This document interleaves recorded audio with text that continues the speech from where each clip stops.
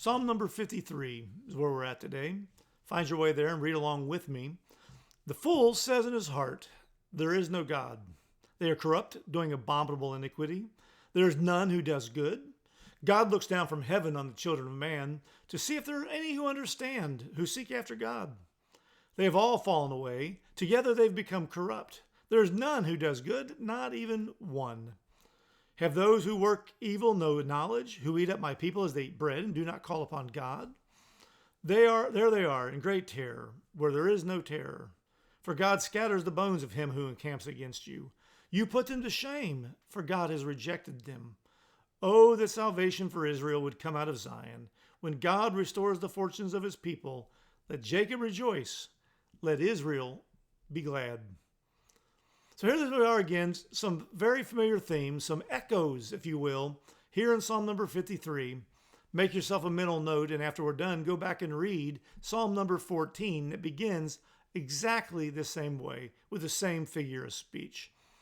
The main difference between Psalm number 14 and Psalm number 53 is very subtle in many ways. In the early psalm, in that part of the book of Psalms, the writers often refer to God by the name Yahweh, Lord, the covenant name. Here in this part of the book of Psalms, in book 2, the dominant way of referring to God is as God, as Elohim, the creator God.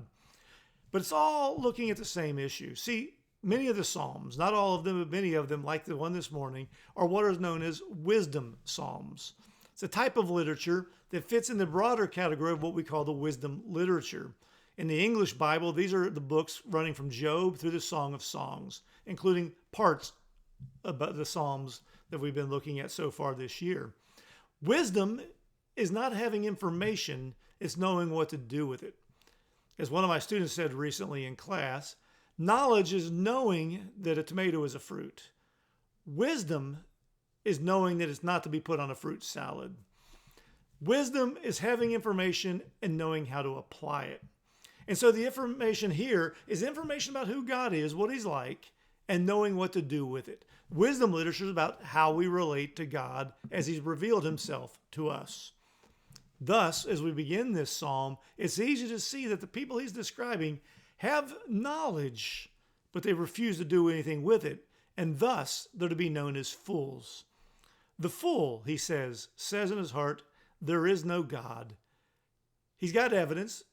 It's out there to be seen to those who are open-minded. But he says in his heart, he's made a decision based on other lusts and desires. There is no God. Instead, he says, they are corrupt. They're doing abominable iniquity, horrible iniquity, iniquity undescribable. Welcome to the 21st century, right? Where things that were never even to be discussed in open are now discussed publicly. Things that you wouldn't imagine seeing, even in a darkened movie theater, are now on television or on the internet. Here they are, people doing abominable iniquity. Why? Because there's none who does good. Hopefully you're noticing another echo. Not only is it an echo of Psalm number 14, but hopefully you're picking up on the vibe that later on the Apostle Paul picks up the language of this psalm and applies it to his discussion in the book of Romans chapter 3 about this depravity of mankind, the effects of sin on the heart of humans. We'll get there in a moment. You'll see more of that. Verse 2, God looks down from heaven. He's aware of what's going on the children of man to see if there are any who understand, any who seek after God. Now, God knows. The language here is so that we can grasp what it must be like in the mind of God, to look out across the scope of all humanity, to see if any are wise, to see if any who act wisely, to see if any have taken what he's revealed and applied it in a way that is saving. The answer, of course, is no, isn't it? Verse 3, instead, they've all fallen away. All of humanity is subject to the sin of Adam. Not only have we inherited his sin nature, we've inherited his sin guilt. It's not because we sin that we become sinners. We sin because we already are sinners. That we are born, as David has said back in Psalm 51, coming from the womb, born in iniquity.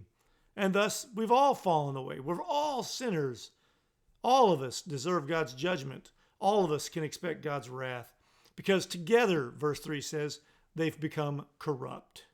There's none who does good. Don't try to count yourself in and say, I'm not that bad. As soon as you say, I'm not that bad, you're acknowledging you are bad. You're just not as bad as other people. Well, okay, we all can't be Adolf Hitler, thank goodness. But sin is sin. And sin always separates us from a holy and righteous God. And so as God surveys all of humanity, the landscape of mankind, there is none who does good, not even one. Have those who work evil no knowledge? Don't they know any better, is the rhetorical question. These people who eat up God's people as they eat bread, who destroy the people of the covenant, and they don't even call upon God. Have they no knowledge? Don't they get it? And of course, it's rhetorical. Of course they have knowledge. Wisdom is what you do with the knowledge. Because they have no wisdom. There they are, verse 5, in great terror. They're cowering in the corner, convinced the end is upon them, even where there is no terror. You ever seen a dog or an animal that's always afraid? Perhaps they've been abused, but there's something in their heart of hearts that makes them cowardly, like the cowardly lion in the Wizard of Oz. We have a dog. He's a little special. He's our special needs dog. We adopted him. We rescued him. Apparently, the previous owners had abused him somewhat. And it took for years. We've now had him for 8 years. It took years before he would trust us to reach down and pet him on the head without first flinching and cringing and try to get away. Even when you're not even dealing with him, even when you're not about to hurt him, if he even senses tension in the room, he puts his tail between his legs and he runs away and hides. That's these people. Even when there is no terror, they're in great terror. That's because intuitively they know something's wrong. They can't put a finger on it because they have no wisdom, but they recognize I shouldn't be doing what I'm doing, and I'm surely not going to get away with it forever. But here's why. For God scatters the bones of him who encamps against you. The enemies of God's people, one day God is going to scatter their bones. Not only are they going to die, they're going to be separated, torn limb from limb. The picture is, of course, that they're dead and their punishment goes on and on. God scatters the bones of him who encamps against you. You put them to shame, for God has rejected them.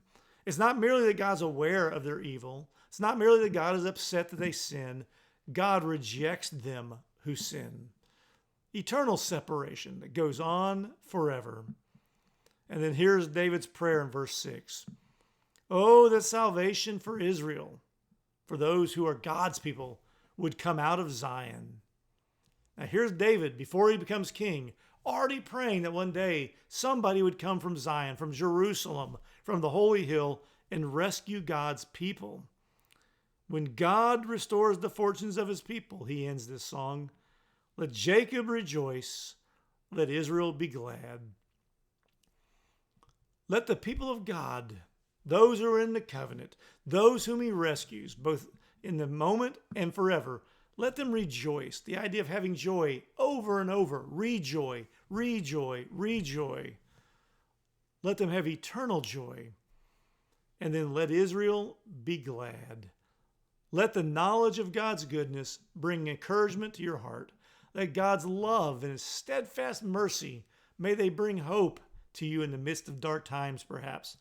Maybe it looks like the world as you know it is not going to ever get any better. Maybe as you look across the landscape of your cultural context, you just see evil upon evil, and it breaks your heart. It grieves you to know what could have been and what has become.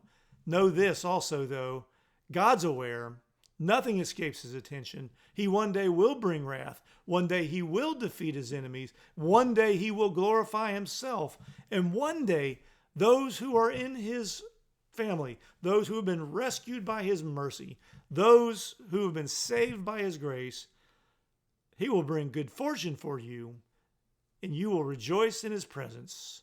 You'll be glad to be with your God for all of eternity, all because God is good, even when man isn't. Is there any good? No, not one. And yet we know that God is good, and his steadfast love endures forever.